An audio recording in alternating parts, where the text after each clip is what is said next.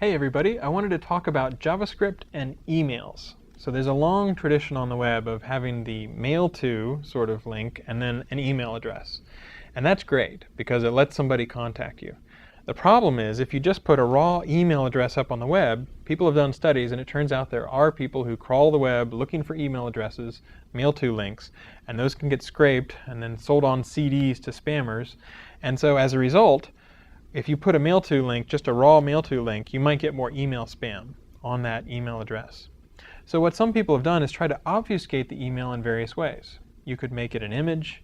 You could spell it out like bob@example.com and make the @ spelled out. There's lots of different ways that you can do it. One way that people did it is they would try to use JavaScript. So they use JavaScript to write the first part of the mail and then the second part, or break it into 3 or 4 parts.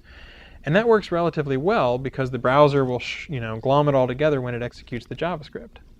The problem is that Google and other search engines, probably over time, are getting better at executing JavaScript. So there was somebody who had done a search and saw their email address show up in the snippet because we'd executed a bunch of JavaScript and done what the browser would do to show you that email address.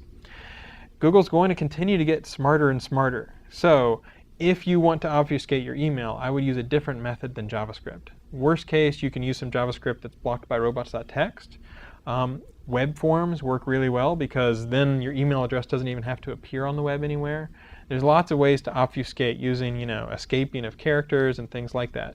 But I just wanted to give you a heads up that if you only rely on JavaScript, it's possible for Google to execute that JavaScript, and then that email address could be shown in our search results.